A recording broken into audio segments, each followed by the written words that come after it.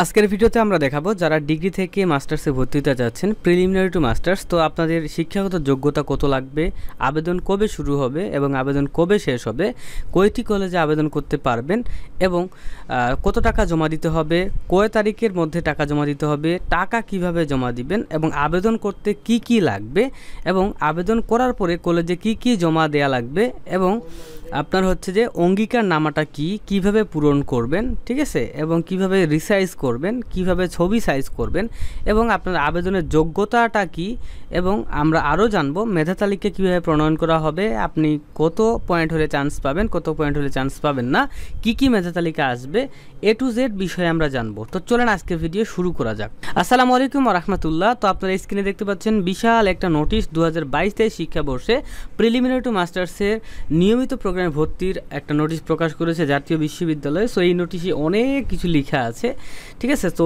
এই নোটিশ পড়ে আপনাদেরকে বুঝালে বুঝবেন না। তো এই সম্পূর্ণ নোটিশটা থেকে আমরা হচ্ছে বাছাই করে আপনাদের জন্য এই যে দেখতে পাচ্ছেন একটা PDF আকারে ফাইল টাইপিং করে আপনাদের জন্য এখন বোঝানোর জন্য নিয়ে আসছি। তো আশা করছি সম্পূর্ণ ভিডিও দেখবেন। তো চলেন ভিডিও শুরু করা যাক। তো সর্বপ্রথম আমরা কথা বলবো যে 2022-23 শিক্ষাবর্ষে কিন্তু আপনাদের এই ভর্তিটা চলবে। যারা ডিগ্রি 3 বছরের ডিগ্রিটা পাস করেছেন তারাই শুধুমাত্র ভর্তি হইতে পারবে বা ভর্তির আবেদন করতে পারবে, অন্য কেউ কিন্তু ভর্তির আবেদন বা ভর্তি হইতে পারবে না। ক্লিয়ার?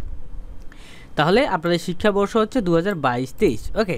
এবং ডিগ্রি যারা পাস করেছেন ডিগ্রির পরে এই প্রিলিমিনারি টু মাস্টার্সে ভর্তি হইতে হবে এবং ভর্তি হওয়ার পর সকল সাবজেক্ট ফাইনাল পরীক্ষা দিয়ে পাস করতে হবে, তারপরেই আপনি মাস্টার্স ফাইনালে ভর্তি হইতে পারবেন। আরেকটা গুরুত্বপূর্ণ তথ্য দেই, সেটা হচ্ছে প্রিলিতে আপনি যেই সাবজেক্ট নিয়ে পড়বেন আপনাকে মাস্টার্স ফাইনালে সেই সাবজেক্ট নিয়েই পড়তে হবে, সাবজেক্ট পরিবর্তন করার কোনো সিস্টেম কিন্তু নাই। তো এখন আসি যে শিক্ষাগত যোগ্যতা, আপনার কত GPA বা CGPA পেলে আপনি আবেদন করতে পারবেন এটা আপনাদেরকে বলে দেই। যে সর্বপ্রথম আমি আপনাদেরকে বলতে চাই, আপনি যদি 2018 সাল থেকে 2022 সাল পর্যন্ত ডিগ্রি 3য় বর্ষের মানে 3 বছরের যে ডিগ্রিটা এটা যদি পাস করে থাকেন জাতীয় বিশ্ববিদ্যালয়ের আন্ডারে শুধুমাত্র, এবং আপনার CGPA যদি হয় 2.25 তাহলেই আপনি আবেদন করতে পারবেন। ক্লিয়ার? অর্থাৎ 2018, 2019, 2020, 2021, 2022 এই 5 বছরে আপনারা যদি পাস করে থাকেন তাহলেই আবেদন করতে পারবেন এবং 2.25 CGPA লাগবে। ওকে, এখন আমরা আসি আবেদন শুরু কবে। তো প্রথম কথা হচ্ছে অনলাইন প্রাথমিক আবেদন শুরু হয়ে গেছে 2 জুন 2025 তারিখ বিকেল 4টায়। ওকে, আমরা সার্কুলার অনুযায়ী জানতেছি যে 2 জুন 2025 তারিখ বিকেল 4টায় আবেদন শুরু হয়েছে, বাট এখন পর্যন্ত একজনও আবেদন করতে পারেনি। কেন পারেনি? এখন পর্যন্ত জাতীয় বিশ্ববিদ্যালয়ের সার্ভারটি আপডেট করা হয়নি, যার কারণে আপনারা আবেদন করতে গেলে আপনাদের সাবজেক্টের লিস্ট কিন্তু দেখাচ্ছে না। ওকে, এখন আবেদনের শেষ সময় কত? আবেদনের শেষ সময় হচ্ছে 3 জুলাই 2025 তারিখ রাত 12টা পর্যন্ত। অর্থাৎ আপনি ঘাবড়াবেন না যে হচ্ছে 2 জুন থেকে আজকে হচ্ছে 6 জুন 2025 তারিখ চলতেছে, এখনও সার্ভারটি আপডেট হচ্ছে না, কি ব্যাপার, ভ্যান তেন হাপি, ঠিক আছে। এগুলো টেনশন করার কারণ নেই, সার্ভার আপডেট হবে ঈদের পরে, ওকে, কিংবা অটোমেটিকলি আপডেট হয়ে যেতে পারে। ক্লিয়ার? সাবজেক্ট দেখাবে তখন আবেদন করতে পারবেন। আরেকটা বিষয় সেটা হচ্ছে যে অনেকেই প্রশ্ন করেন যে হচ্ছে যে ভাই, আমাকে একজন প্রশ্ন করেছে যে ভাই আগে ভর্তি হলে কি আগে চান্স পাবো এবং শেষে ভর্তি হলে কি শেষে চান্স পাবো বা এরকম কোনো কিছু আছে কি না। তো আপনাদেরকে আমি বলতে চাই যে 2 জুনে আবেদন শুরু হয়েছে, 3 জুলাইয়ে শেষ হবে, এই যে 1 মাস একটা সময়, আপনি প্রথম দিন আবেদন করলেও আপনি সবার প্রথমে চান্স পাবেন না এবং আপনি শেষের দিন আবেদন করলেও কিন্তু আপনি সবার শেষে আবার চান্স পাবেন না। মেইন কথা হচ্ছে 2 জুন থেকে 3 জুলাই যে কোনো দিন আপনার পছন্দের সেই দিনই আপনি আবেদন করবেন, কোনো প্রকার সমস্যা নাই।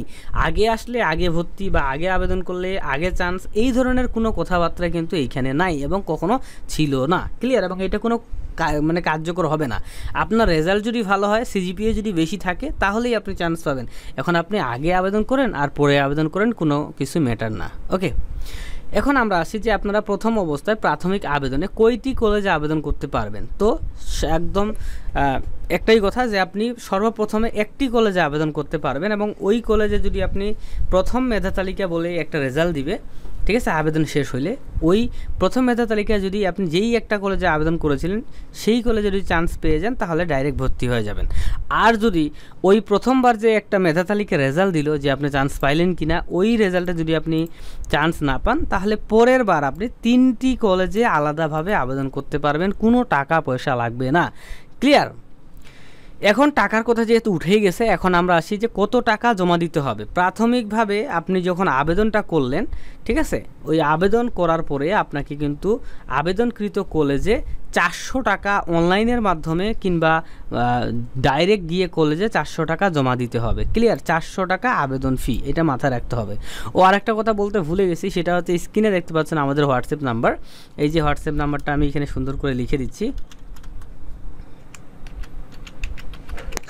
এই হোয়াটসঅ্যাপ নাম্বারে যদি আপনি যোগাযোগ করেন তাহলে হচ্ছে আপনার আবেদনটি আমরা A to Z নিখুঁতভাবে করে দিতে পারবো, কোনো সমস্যা নাই। ঠিক আছে? মাত্র 120 টাকার বিনিময়ে আমরা কিন্তু আপনাদের আবেদন বিষয়ক সকলভাবে হেল্প করব এবং আবেদনটিও কিন্তু করে দিব। ওকে, হোয়াটসঅ্যাপ নাম্বারটি একটু সেভ করে রাখেন বা SMS দিতে পারেন। তো এখন 400 টাকা জমা দিতে হবে। তারপর কয় তারিখের মধ্যে টাকা জমা দিবেন, এইটার দ্বিধাদ্বন্দ্বে কিন্তু অনেকেই আপনারা ভুগে থাকেন। সেটা হচ্ছে কি, দেখেন, আপনি 2 জুলাইয়ে যদি 2 জুন থেকে 3 জুলাই পর্যন্ত যেই দিনেই আবেদন করেন না কেন, আপনাকে 7 জুলাই 2025 তারিখের মধ্যেই কিন্তু আপনি 400 টাকাটা জমা দিবেন। ক্লিয়ার? এখন দেখা যাচ্ছে আপনি শেষের দিন আবেদন করছেন, সমস্যা নাই, আপনি প্রথম দিন আবেদন করেন না শেষের দিন আবেদন করেন, আপনাকে টাকা জমা দিতে হবে 7 জুলাইয়ের আগে। আপনি চাইলে দেখা যাচ্ছে কি যে আপনি 10 জুলাইতে আপনি 10 জুন 2025 তারিখে আবেদন করেছেন, আপনি চাইলে 10 তারিখেই ওই দিনেই যা কলেজে যায় টাকা জমা দিয়ে আসতে পারবেন। যদি অনলাইনে জমা দিতে হয় তাহলে অনলাইনে জমা দিতে হবে। ক্লিয়ার? এখন শুধু কলেজে টাকা জমা দিলেই হবে না, মাঝে মধ্যে কিন্তু কলেজে একটা জিনিস মাথায় রাখতে হবে, সেটা হচ্ছে কি, কলেজে কিন্তু কাগজপত্রও কিন্তু জমা নিয়ে থাকে, এটা মাথায় রাখতে হবে। ক্লিয়ার? সো কলেজে যদি কাগজ জমা চায় তাহলে কিন্তু কাগজ জমা দিতে হবে, এইটা ভালো করে মাথায় রাখবেন।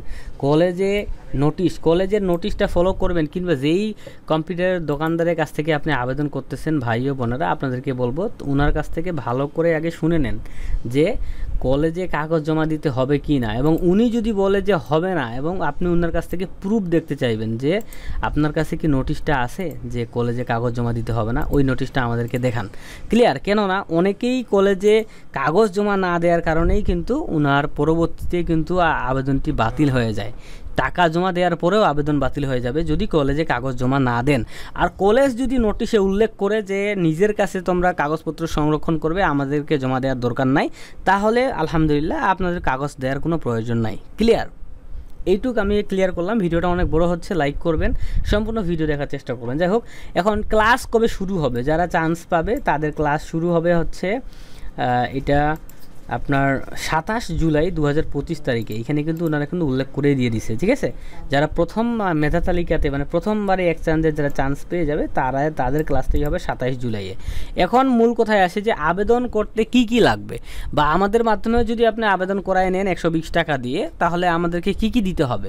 প্রথম কথা, আপনি যে ডিগ্রি পাস করেছেন, সো ডিগ্রি 3য় বর্ষ পরীক্ষার রোল নাম্বার লাগবে এবং রেজিস্ট্রেশন নাম্বার লাগবে, এই দুটো তো লাগবে, এবং পাশের সাল। ঠিক আছে? আপনি 18 সালে পাস করছেন না 19 সালে না 20 সালে না 21 সালে না 22 সালে, 3য় বর্ষ যে পাস করছেন সেই পাশের সালটা লাগবে, এবং ব্যক্তিগত মোবাইল নাম্বার লাগবে। ঠিক আছে? এইখানে নিবন্ধিত কোনো কিছু না, আপনার মোবাইল নাম্বার একটা হলেই হইল, একটা মোবাইল নাম্বার লাগবে, এবং ইমেইল অ্যাড্রেস সঠিকভাবে এন্ট্রি দিতে হবে। অনেকেই বুঝেন না যে ইমেইল অ্যাড্রেসটা কি, তো আপনাদেরকে আমি বলবো যে ভাই ইমেইল অ্যাড্রেসটা লেখা ভুল গেছে, এখানে আমি লিখেই দিচ্ছি যে জিমেইল অ্যাড্রেস সঠিকভাবে লিখতে হবে। জিমেইল বললে অনেকেই চিনে, ইমেইল বললে কিন্তু চিনে না। ওকে, তো এই জিনিসগুলো লাগবে, এবং তার সাথে হচ্ছে 1 কপি পাসপোর্ট সাইজের ছবি লাগবে।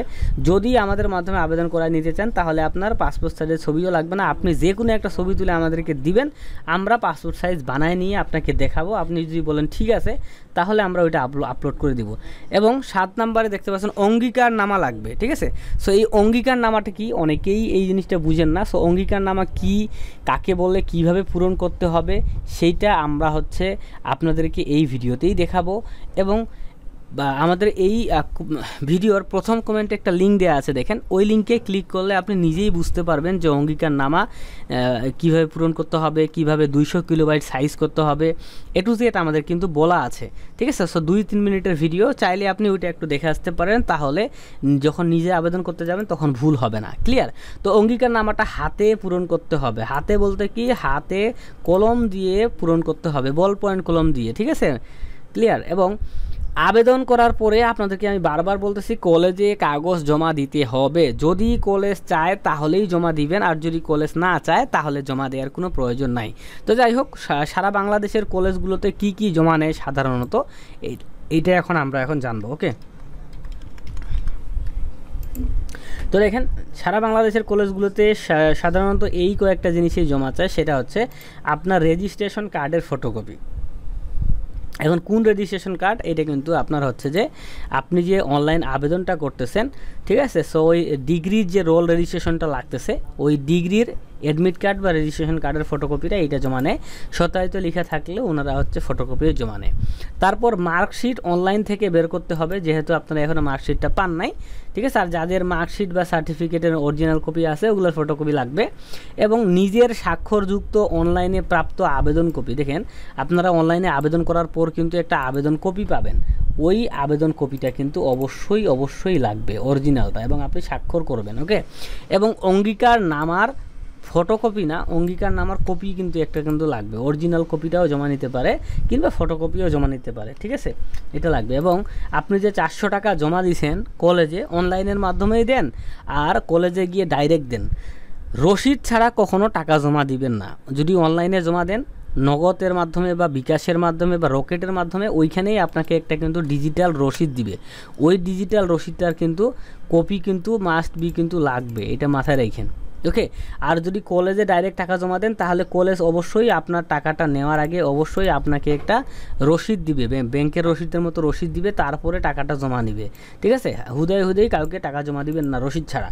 তো ওই মূল রসিদটা কিন্তু জমা নিবে। তাহলে কি কি জমা নিচ্ছে, যে আপনি অনলাইন আবেদন করেছেন ওইটার কপি, তারপর রেজিস্ট্রেশন কার্ডের একটা ফটোকপি, তারপরে আপনার সার্টিফিকেট বা মার্কশিটের ফটোকপি, নাহলে অনলাইন থেকে বাইর করবেন ওইটার একটা ফটোকপি লাগবে, এবং 400 টাকা জমা রসিদটা আর অঙ্গীকার নামা যে অরিজিনাল কপিটা বা হচ্ছে ফটোকপিটা লাগবে। ক্লিয়ার?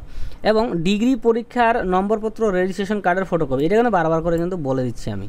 ওকে, এটা বারবার করে লিখে দিচ্ছি কেননা এটি ইম্পর্টেন্টভাবে জমা নেবে। এখন আমরা আসি যে আপনি অঙ্গীকার নামা কিভাবে পূরণ করবেন এবং হচ্ছে যে অঙ্গীকার নামাতে কি লিখবেন না লিখবেন এই বিষয়ে আমরা কথা বলি। যদিও প্রথম কমেন্টে আমরা লিঙ্ক দিয়ে দিছি, তবুও আমরা একটু কথা বলি। সো দেখতে পাচ্ছেন যে প্রিলিমিনারি টু মাস্টার্স নিয়মিত কোর্সের ভর্তিতে প্রয়োজনীয় দ্বৈত ভর্তি সংক্রান্ত অঙ্গীকার নামা, যা অবশ্যই হাতে পূরণ করে স্ক্যান করে অনলাইনে আবেদনের সময় আপলোড করতে হয়, এটা কিন্তু আপলোড করতে হয়। ওকে, সো অঙ্গীকার নামার পিডিএফের লিঙ্কটা আমি প্রথম কমেন্টে দিয়ে রাখছি, আপনারা চাইলে ওইটা আগে ডাউনলোড করবেন, ডাউনলোড করার পরে প্রিন্ট করবেন। প্রিন্ট করার পরে কীরকম দেখাবে এটা আমি দেখাই দিব। তার আগে আমরা আসি, এখানে দেখেন 6 নাম্বারের স্নাতক পাস লিখতে হবে, ঠিক আছে। 6 নাম্বার একটা ঘর থাকবে, ওই ঘরটাতে লিখতে হবে স্নাতক পাস। 7 নাম্বার ঘর হচ্ছে যেই সালে আপনি ডিগ্রি পাস করছেন সেই সালটা লিখবেন, হইতে পারে 22, হইতে পারে 21, হইতে পারে 20, হইতে পারে 19, হইতে পারে 18। এবং 8 নাম্বার যে ফাঁকাটা থাকবে ওইখানে লিখতে হবে ডিগ্রি তৃতীয় বর্ষের রোল। 10 নাম্বার ফাঁকাতে লিখতে হবে যেই কলেজ থেকে ডিগ্রি পাস করছেন সেই কলেজের নাম। 11 নাম্বারে আপনার সিজিপিএ কত পেয়েছেন লিখতে হবে। 12 নাম্বারে সিজিপিএ 4.00 এটা কিন্তু দিতে হবে। সো চলেন আমরা এখন ডাইরেক্টলি অঙ্গীকার নামাটা একটু দেখে আসি। তো দেখতে পাচ্ছেন এটাই হচ্ছে অঙ্গীকার নামাটা। এই অঙ্গীকার নামাটা আপনারা হচ্ছে প্রিন্ট করবেন, দেখেন খালি অবস্থায় আছে, এটাকে সুন্দর করে প্রিন্ট করবেন। প্রিন্ট করার পর আপনি যেই সাবজেক্ট নিয়ে ভর্তি হতে চাচ্ছেন মাস্টার্স প্রিলিতে, এইখানে সাবজেক্টের নামটা কিন্তু লিখবেন। অনেকেই প্রশ্ন করে যে ভাই ইংরেজিতে লিখবো সব কিছু না বাংলাতে? ভাই দেখেন ফর্মটাই সম্পূর্ণ বাংলাতে, তাহলে আপনি ইংরেজিতে লিখতে যাবেন কেন? ঠিক আছে, অনেকেই নিজেকে স্মার্ট ভাবে এবং ইংরেজিতে লিখে, তবে ধরা বাঁধা কোনো নিয়ম নাই, আপনি বাংলাও লিখতে পারবেন ইংরেজিতেও লিখতে পারবেন, তবে যেহেতু ফর্মটাই বাংলাতে সো আমরা বাংলায় লিখার চেষ্টা করবো। যাই হোক, এইখানে সাবজেক্টের নাম দিবেন, তারপরে আপনার নিজের নাম, বাবার নাম, মায়ের নাম, জন্ম তারিখ লিখতে হবে, তারপরে আপনার ভোটার আইডি কার্ড যদি থাকে তাহলে এই যে নাম্বারটা এই জায়গায় লিখবেন। এখন দেখেন 6 নাম্বারে স্নাতক পর্যায়ে উত্তীর্ণ পরীক্ষার নাম, এই 6 নাম্বারে এই জায়গায় লিখতে হবে স্নাতক পাস। ওকে, এবং 7 নাম্বারে পাশের সাল, মানে আপনি ডিগ্রি পাস করছেন কত সালে, 2024 সালে পাস করছেন ওইটা কিন্তু না, ঠিক আছে, আপনার শিক্ষাবর্ষ অনুযায়ী কত সালে পাস করছেন। যারা হচ্ছে যে 2016-17 তারা পাস করছে 19 সালে, যারা হচ্ছে 2017-18 তারা পাস করছে 20 সালে, যারা হচ্ছে 2000 মানে করেন যে এইভাবে আপনি মিলিয়ে নেবেন। ঠিক আছে, আপনি তৃতীয় বর্ষে পরীক্ষা কয় সালে দিয়েছেন এটা এইখানে লিখে দিবেন। ঠিক আছে, 21 না 22 না 20 এটা লিখে দিবেন। ওকে, এইখানে তারপরে হচ্ছে ডিগ্রি তৃতীয় বর্ষের রোল নাম্বার এইখানে বসাবেন, রেজিস্ট্রেশন নাম্বারটা এইখানে বসাবেন, এবং এই যে 10 নাম্বার বলতেছে বিশ্ববিদ্যালয় বা প্রতিষ্ঠানের নাম, এইখানে আপনি যেই কলেজ থেকে ডিগ্রি তৃতীয় বর্ষ পাশ করেছেন সেই কলেজের নামটা এখানে লিখে দিবেন এবং কত সিজিপিএ পেয়েছেন সেটা লিখবেন। মানে ডিগ্রি তৃতীয় বর্ষে যেই পয়েন্ট পাইছেন ওইটা কিন্তু না, ডিগ্রি প্রথম বর্ষ, দ্বিতীয় বর্ষ, তৃতীয় বর্ষ মিলায় যেই সিজিপিএটা পাইছেন ওইটা এইখানে লিখবেন এবং মোট নম্বর বা স্কেল এইখানে 4.00 এইখানে কিন্তু লিখে দিবেন। ওকে, তো এইটুকু লিখবেন। লিখার পরে এইখানে দেখতে পাচ্ছেন আবেদনকারীর পূর্ণ নাম ও স্বাক্ষর। এইখানে পূর্ণ নাম ও স্বাক্ষর অনেকেই মনে করেন যে আপনার আগে সম্পূর্ণ নামটা লিখবেন তারপরে স্বাক্ষর দিবেন, না ওইরকম কোনো কিছু না। এইখানে আপনি চেষ্টা করবেন আপনার সম্পূর্ণ নামটা লিখে দেওয়ার, ওইটাই আপনার পূর্ণ নাম, ওইটাই আপনার স্বাক্ষর। ক্লিয়ার? এবং এইখানে তারিখ দিবেন। তারিখ দিয়ে এইটাকে হচ্ছে আপনাকে স্ক্যান করতে হবে, স্ক্যান করে 200 কিলোবাইট করে আপলোড দিতে হবে। তো ওইটা কিভাবে করে ওইটা আমরা হচ্ছে প্রথম কমেন্টে একটু চেক করবেন, ভিডিওর লিঙ্ক দেওয়া আছে, ওই ভিডিওটা একটু দেখে নেবেন। তো আপনারা দেখলেন যে অঙ্গীকারনামা কীভাবে পূরণ করতে হয়। তারপরে এখন আমরা আসি যে আবেদনের সাধারণ যোগ্যতা, যেটা আমি হচ্ছে আপনাদেরকে বলেই দিয়েছি ভিডিওর শুরুতে, তবুও আমরা এখন আরেকবার বলে দিই যে দেখেন আপনাকে 18 সাল থেকে 22 সাল পর্যন্ত 3 বছর মেয়াদি ডিগ্রি পাস থাকতে হবে এবং আপনাকে 2.25, ঠিক আছে, মানে 2.25 সিজিপিএ পাইতে হবে, তারাই আবেদন করতে পারবে, অন্যরা কিন্তু আবেদন করতে পারবে না। ঠিক আছে? এবং দেখেন এখানে কি বলেছে, যারা জাতীয় বিশ্ববিদ্যালয় থেকে স্নাতক পাস, মানে প্রাইভেট থেকে ডিগ্রি পাস করেছে বা সার্টিফিকেট কোর্স থেকে উত্তীর্ণ হয়েছে, তারা 2020-21 শিক্ষাবর্ষে প্রিলি টু মাস্টার্স নিয়মিত ভর্তি কার্যক্রমে 2022-23 হবে, আমি এইটা একটু ভুল করছি, যাই হোক 2022-23 শিক্ষাবর্ষে প্রিলি টু মাস্টার্স নিয়মিত ভর্তি কার্যক্রমে অংশগ্রহণ করতে পারবে না বা আবেদন করতে পারবে না। ঠিক আছে? যারা প্রাইভেট থেকে ডিগ্রি পাস করছে বা সার্টিফিকেট কোর্স করেছে ডিগ্রির, তারা আবেদন করতে পারবে না, এটা এখানে বলা হচ্ছে। এবং দেখেন তবে এ সকল শিক্ষার্থী পরবর্তীতে 22-23 শিক্ষাবর্ষে প্রিলিমিনারি টু মাস্টার্স প্রাইভেট প্রোগ্রামে আবেদনের যোগ্যতা থাকা সাপেক্ষে রেজিস্ট্রেশন করার সুযোগ পাবে। অর্থাৎ যারা হচ্ছে প্রাইভেট থেকে ডিগ্রি পাস করছে তাদেরকে প্রাইভেটেই ভর্তি হতে হবে, যারা নিয়মিত থেকে করছে তাদেরকে নিয়মিতই ভর্তি হতে হবে, এটা নর্মাল বিষয়। ওকে, এবং দেখেন যারা হচ্ছে 18 সাল থেকে 22 সাল পর্যন্ত 4 বছরের অনার্স পাস করেছে তারা আবেদন করতে পারবে না, কিংবা অনার্স ফেল করেছিল, ঠিক আছে, করার পরে ডিগ্রি সার্টিফিকেট পেয়েছে, তারাও কিন্তু আবেদন করতে পারবে না। যারা অনার্সে ফেল করেছে ডিগ্রি সার্টিফিকেট পেয়েছে তাদেরকে সার্টিফিকেট কোর্স আগে করতে হবে 1 বছরের, তারপরে তারা হচ্ছে ভর্তি হতে পারবে। ওকে, তো এটা হচ্ছে বিষয়। এখন আসি আমরা মেধা তালিকা কীভাবে প্রণয়ন করা হবে, আপনি চান্স কিভাবে পাবেন। ওকে, সো একটা বিষয় না বললেই নয়, সেটা হচ্ছে ভিডিওটাতে একটা লাইক করে দিয়েন। তো দেখেন যারা হচ্ছে মানে যাদের ফলাফল ভালো হবে, ডিগ্রি তৃতীয় বর্ষে যাদের সিজিপিএ সবচেয়ে বেশি থাকবে তারাই কিন্তু আগে চান্স পাবে, এটা হচ্ছে মেইন কথা। ওকে, এবং একই কলেজে, যেই কলেজে আপনি ডিগ্রি তৃতীয় বর্ষ পরীক্ষা দিয়েছেন সেই কলেজে যদি আপনি আবেদন করেন আপনার হচ্ছে যে মাস্টার্স প্রিলিমিনারির জন্য, সেই কলেজে আপনাকে কিন্তু খুব গুরুত্বের সহিত দেখা হবে এরকমও কিন্তু না, অগ্রাধিকার দেওয়া হবে এরকম কোনো কিছু কিন্তু না। ঠিক আছে? সো যার মেধা স্কোর বেশি, ঠিক আছে, যার মেধা স্কোর মানে পয়েন্ট যে বেশি পাবে তাকে হচ্ছে আগে ভর্তি করানো হবে। ঠিক আছে? এবং যে হচ্ছে পয়েন্ট কম পাবে তাকে পরে ভর্তি করানো হবে, এবং যার মেধা স্কোর বেশি মানে যার সিজিপিএ পয়েন্ট বেশি, ঠিক আছে, এবং যার বয়সটা একটু কম থাকবে তাকে কিন্তু হচ্ছে আগে অগ্রাধিকার দেওয়া হবে। এইখানে লিখছে অন্যভাবে, দেখেন আবেদনকারীর মেধা স্কোর সমান হলে দেখা যাচ্ছে আপনিও পেয়েছেন 3.30, আরও 3-4-5জন পেয়েছে 3.30। সো এটা কিভাবে তারা হচ্ছে মূল্যায়ন করবে ওইটাই বুঝাইছে। সো আপনার একই পয়েন্টে যদি 10 জনও থাকে তার মধ্যে বয়স কম যার হবে তাকে অগ্রাধিকার দিয়ে ভর্তি করানো হবে। ক্লিয়ার? এবং কি কি মেধা তালিকা আসবে দেখেন, আপনারা হয়তো ভাবতে পারেন যে ভাই আমার পয়েন্ট হচ্ছে 3 পয়েন্টের নিচে, আমি কি প্রিলিমিনারি টু মাস্টার্স নিয়মিততে আবেদন করে চান্স পাবো? ভাই দেখেন আপনি চান্স পাবেন না। যাদের পয়েন্ট 3.00 নিচে তারা সরকারি কলেজগুলোতে সহজে চান্স পাবেন না। আপনারা যদি পারেন বেসরকারি কলেজে আবেদন করার তাহলে চান্স পেতে পারেন, কিংবা যেই কলেজে আপনার হচ্ছে 200টার উপরে সিট আছে সেই কলেজগুলোতে আপনি আবেদন করবেন, তাহলে কিন্তু আপনি অবশ্যই চান্স পাবেন। ক্লিয়ার? আমি বলে দিচ্ছি, দেখা যাচ্ছে দিনাজপুর সরকারি কলেজে আপনি 3.00 পয়েন্ট নিয়ে আবেদন করেছেন, আর যেই সাবজেক্টে আবেদন করলেন, কথার কথা আপনি রাষ্ট্রবিজ্ঞানে আবেদন করলেন, ওই সাবজেক্টটাতে মাত্র 50টা সিট, তাহলে কি আপনাকে নিবে? কিন্তু যদি সিট হয়তো 300টা বা 200টা তাহলে কিন্তু আপনার চান্স পাওয়ার যোগ্যতা থাকে। তাহলে মেইন কথা কি হলো, যে যেই কলেজে সিট সংখ্যা বেশি সেই কলেজে আপনি আবেদন করবেন, যেটাতে কম সেটাতে আবেদন করবেন না। ক্লিয়ার? আর আপনার যদি পয়েন্ট অনেক ভালো হয় যে 3.20 বা 3.30 বা 3.50 উপরে, তাহলে আপনি যে কোনো কলেজে আবেদন করলে ইনশাল্লাহ চান্স পেতে পারেন। এখন দেখেন চান্স যদি প্রথম অবস্থায় না পান তাহলে কি হবে। আচ্ছা, মেধা তালিকার বিষয়টা আগে ক্লিয়ার করি। সেটা হচ্ছে আপনি আবেদন করলেন, টাকা জমা দিলেন, দেওয়ার পরে আপনার হচ্ছে 7 জুলাইয়ের মধ্যে আপনার ফোনে কিন্তু একটা SMS যাবে। SMS-টাতে লিখে থাকবে যে ইয়োর অ্যাপ্লিকেশন, মানে কলেজ আপনার অ্যাপ্লিকেশনটা রিসিভ করেছে, এটা ইংরেজিতে লিখে থাকবে। এই লেখাটা আসলে আপনি মনে করবেন যে আপনার হচ্ছে আবেদন সাকসেসফুল হয়েছে। ওকে, তারপরে আবেদন যখন শেষ হয়ে গেল 7 জুলাইতে, তো দেখা যাচ্ছে যে 7 জুলাইয়ের পরে 20 জুলাইয়ের মধ্যে আপনাদের কিন্তু প্রথম মেধা তালিকার রেজাল্ট কিন্তু প্রকাশ করা হবে। ঠিক আছে, এটাকে বলা হচ্ছে প্রথম মেধা তালিকার রেজাল্ট কিন্তু প্রকাশ করা হবে। আপনারা যারা চান্স পাওয়ার পরে যারা হচ্ছে কোটায় আবেদন করেছে, মুক্তিযোদ্ধা কোটা বা প্রতিবন্ধী কোটা বা অন্য কোনো কোটা, তাদের রেজাল্ট দিবে যে কোটা মেধা তালিকার রেজাল্ট। কোটাতে যারা চান্স পাইলো এবং ভর্তি হওয়ার হইলো, ঠিক আছে। এবং এই যে প্রথম মেধা তালিকা এবং কোটা মেধা তালিকাতে যারা চান্স পাইলো না বা পাওয়ার পরেও যারা ভর্তি হবে না, তারা হচ্ছে রিলিজ স্লিপ নামের একটা আবেদন ছাড়বে। ওইটাতে 3টা কলেজে আবেদন করে আপনারা যে কোনো একটাতে ভর্তি হইতে পারবেন। ঠিক আছে, ক্লিয়ার। তাহলে চান্স যদি আপনি না পান, প্রথম অবস্থায় চান্স না পাইলে কি করবেন, আপনাকে রিলিজ স্লিপে হচ্ছে 3টি কলেজে আবেদন করতে হবে। আপনার জেলার বা আপনার মন মতো ইচ্ছা মতো 3টি কলেজে আপনি আবেদন করলে যে কোনো একটাতে চান্স পেতেও পারেন, না পেতেও পারেন, তবে সম্ভাবনা থাকবে যে আপনি অবশ্যই যে কোনো একটাতে চান্স পেয়ে ভর্তি হবেন। তো যাই হোক, ভিডিওতে অজানা বা আপনাদের জানার কোনো কিছু যদি বাদ পড়ে বা জানা থাকে তাহলে অবশ্যই কমেন্ট করবেন, আমরা হচ্ছে আপনাকে রিপ্লাই দিব। আর হোয়াটসঅ্যাপ নাম্বার তো দিয়েই দিছি, এই হোয়াটসঅ্যাপ নাম্বারে যোগাযোগ করলে আমরা আবেদন করে দিতে পারবো, আপনার A to Z কাজকর্ম আমরা করে দিতে পারবো। তো এই ছিল ভিডিও, একটি লাইক করে দিবেন, চ্যানেলটি সাবস্ক্রাইব করতে ভুলবেন না। আল্লাহ হাফেজ।